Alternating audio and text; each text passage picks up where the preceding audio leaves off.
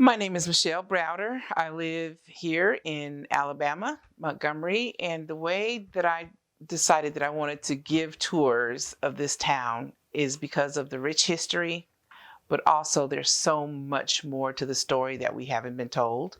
And so I wanted to be the best experience giver that I possibly could and dig up those narratives that many people haven't heard.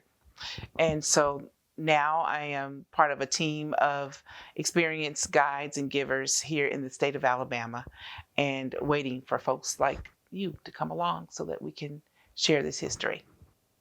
Typical morning in Montgomery, Alabama, I would first grab a bite to eat for breakfast, take a trek over to Barbara Gale's quaint little restaurant on the west side of Montgomery.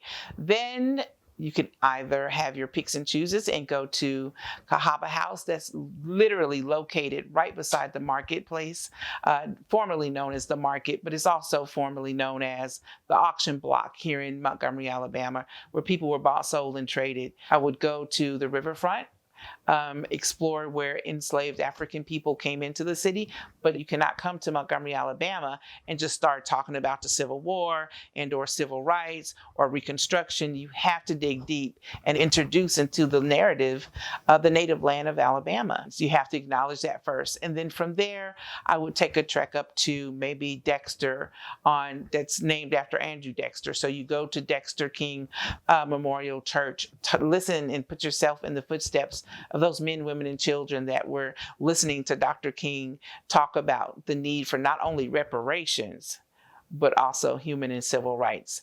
I would also go up to the state's capital, reckon with that history as to what transpired there.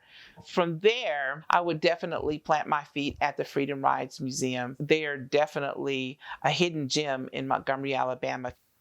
From there, I would also go back downtown and actually go inside the Rosa Parks Museum, learn about Edie Nixon and Joanne Robinson, Claudette Colvin, Susie McDonald, some of the unsung heroes of the civil rights movement, and really immerse yourself in that history. Now, for lunch, you might be a little hungry, so definitely go grab you some oysters from Wenzel's.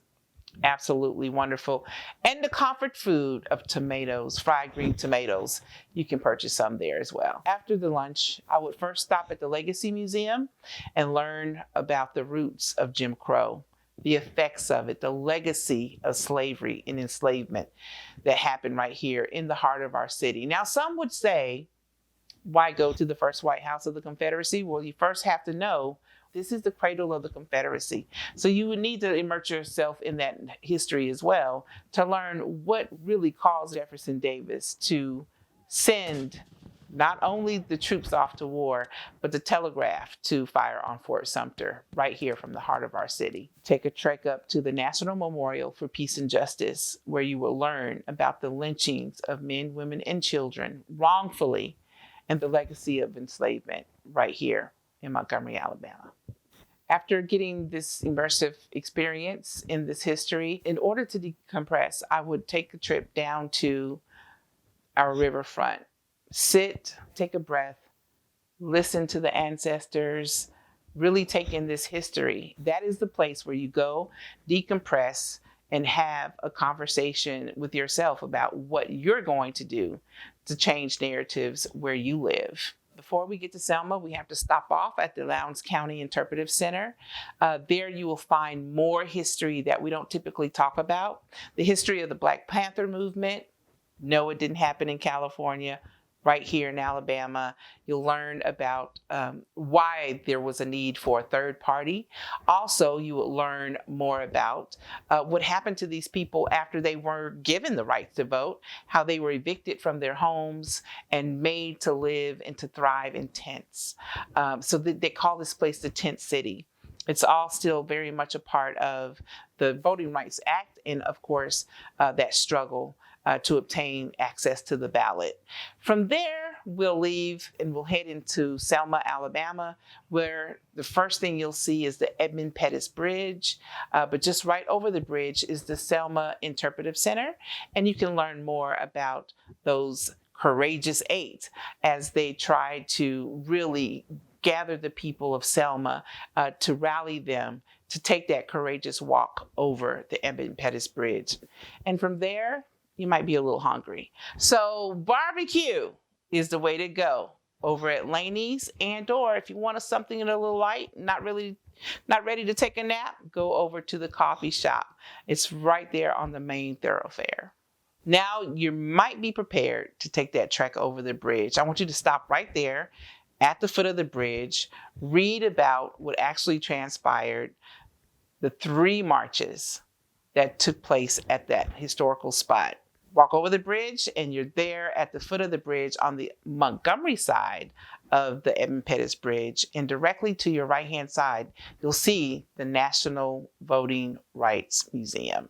We are now headed to the Safe House in Greensboro, Alabama. Stand in the space where Dr. King literally spent 24 hours hiding from the mobs and Ku Klux Klan, looking for him because they had heard that he was in town.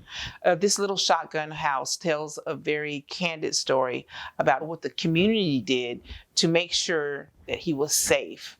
From there, leaving the Safe House, we'll take a trek into Birmingham, Alabama, where a lot of Black people in the South made a migration north simply because of the Reign of Terror that was happening in this town. We'll walk over to Kelly Ingram Park and we'll learn about the Children's Crusade, those nasty dogs and the men that unleashed them on those kids. Fire hoses, screams. You just got to get there. Learn of that history. From there, we'll walk across the street to the 16th Street Baptist Church, and we'll learn about the 4 little girls and also the 5th one that we typically don't talk about. After you take that all in, you can also walk across the street to the Birmingham Civil Rights Institute and learn so much more about the Freedom Riders. Sit at the lunch counter, stand and look at caricatures that were used to demean Black people and to also marginalize them. But yet, there's hope, even in the midst of that, as we tackle Bull Connor. You'll learn all about that. We're going to leave there, and maybe you might be hungry. I don't know. We can head on over to Nikki West and get some collard greens, some lima beans, some baked chicken. So basically, you'll have a nice lunch there. And then for all of the sports lovers, maybe you're not a sports lover, but one of the pioneers in the civil rights movement were Negro Leagues. These were separate teams made of Black folks that could show you how not only to pitch a ball, but hit a home run. So for the nightlife, I would recommend a trek down to the 5 Points Entertainment District, Highlands Bar and Grill, James Beard, award-winning, slap your mama delicious food. And then for your nightcap, I would recommend you rush over there to the roof over at the Redmont Hotel and or the Moonshine Bar and Grill at the Elyton Hotel. So now we're headed north to Huntsville. Now, I don't give tours there, but if I did, the U.S. Space and Rocket Center is the world's largest space museum, home to Space Camp, and the only all-inclusive astronaut training program. From there, I would check out Low Mill Arts and Entertainment, grab yourself some hand soap and or a cigar box guitar. Now, in the evening, check out Campus 805. It's an old school that was transformed into a multi-use facility. Grab a nightcap. I would visit, of course, the bars located on Clinton Row in the heart of downtown Huntsville. We'll head west from Huntsville to a collection of 4 small towns known as the Shoals. Here, you can tour 2 famous recording studios, Fame Recording Studio and Muscle Shoals Sound Studio, where artists like Aretha Franklin, Wilson Pickett, the Staple Singers, and the Rolling Stones chose to record their famous hits. From there, we'll visit the father of the blues, W.C. Handy's home and museum. From there, we'll visit Ivy Green, the birthplace of Helen Keller. In the evening, I would have dinner at Odette's.